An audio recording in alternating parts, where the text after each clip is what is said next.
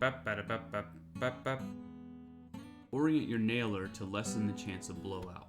Because the shape of pneumatic nails are a wedge, blowout tends to follow that shape and be to the left or right rather than up or down from the perspective of the user. So this orientation has a better chance of hiding any wandering nails within the wood, and this increases the risk of it prairie dogging. Keep a scrap piece of insulation not only for little track or circular saw cuts, but to keep your bench clear from any finish or paint.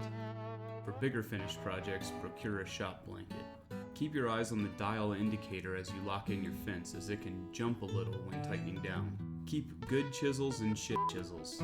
You don't want to use the good stuff for clearing bark that may have dirt or for scraping gunk off the floor. Use an awl or ice pick to dimple your drill holes to prevent wandering bits. Fire safety moment. Have a dedicated surface to lay out your used finish rags. I'd rather not stain my concrete or my main work surface while they dry. Keep either a disc or sheet of 220 always floating around the shop to knock down fuzzies or touch up previous sanding oversights. Know your wood applications. Cedar, redwood, and pressure treated for outside. MDF never wet or touching concrete. Never pine or fir for anything that denting could be an issue. And don't waste your hardwoods for never seen structural only components. Keep drill holes no closer than 3/8 from the edges of plywood or risk this. Paint the ass end of your drill bits a variety of colors to make sorting a breeze. I'm going to show you a tool that you should skip buying, and that's these T-handled Allen wrench sets.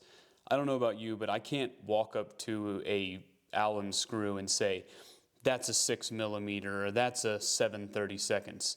Instead, just pick up a set of these Allen wrench Swiss Army knife things. That way you can go up and test on site. Definitely skip the beginner holders that have the loose Allen keys just waiting to fall out. Speed up your woodworking footage. Retain all offcuts until the project is over. Little patch jobs or screw-ups are part of the process. This may be the biggest one. Get those magnets from Fastcap, I'll link below, and put them on your drill and driver. They'll hang from any metal surface easily and are super handy for throwing on hardware you need for a task. On places where you store your lumber, mark the measurements of the lumber rack itself so you can quickly reference if one piece is the correct size. So I know that this is 22 from the back, so I'd say that this piece is roughly 30. I don't know if this is true, but this is what I always do with wider cuts on the miter saw. Scoring pass pulling toward me and then full depth through the cut has always produced good results. When making identical parts, gang cut whenever possible, especially important on curved bandsaw cuts where mathematical replication is difficult. Measure the thickness of your plywood before you start designing a cut list. 30 seconds short on both ends leads to 1/16 off, which may be within your tolerance, but a 1/16 thin on each end leads to an 1/8 inch off, which is noticeable to everybody. Construct a little put tools back shelf near the door. No need to go deep inside a cold shop or put on your shoes for one screwdriver and a hammer. Never buy drawer slides that aren't full extension. Especially with 2x4s, take your time and sight down all sides and put it back if it feels cold or significantly heavier than its peers.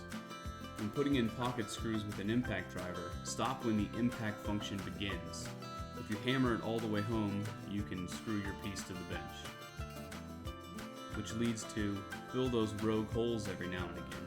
I'll use 2-part epoxy since I can scrape the excess from my Formica top. To extend a hash mark with a square, put your writing implement on the hash and then slide the square up to it for accurate lines. This is one I wish I knew much earlier, but mixing wood glue for strength and CA glue for speed. Just remember to apply pressure for a few seconds because the CA glue will bond with the gap you give it, so press it for a 10 count.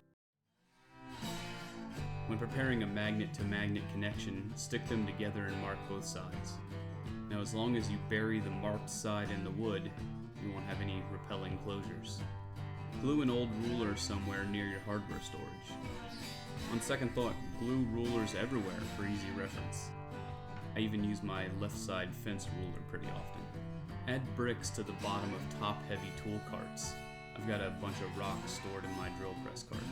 Staying over here with the drill press, I can't think of a better tool to have jammed into a corner if you have one. Most of its operation, I'd say 95% of the stuff you're going to do, is on smaller pieces about no bigger than 18 inches. And a corner works great for that. There's a paradox here though, is that there's no better tool to have on wheels, because when that time comes that you do need to do a drilling operation on a bigger piece, you often need to contort it around in several different orientations in order to drill those holes. Being able to pull that away from the wall when necessary is a great benefit. If you use your random orbital sander to break edges, do the faces first before the edges, because the other way around will only sharpen your previously smoothed edge. Keep a roll of toilet paper with your paper towels in the shop, especially in the winter. Thanks for watching.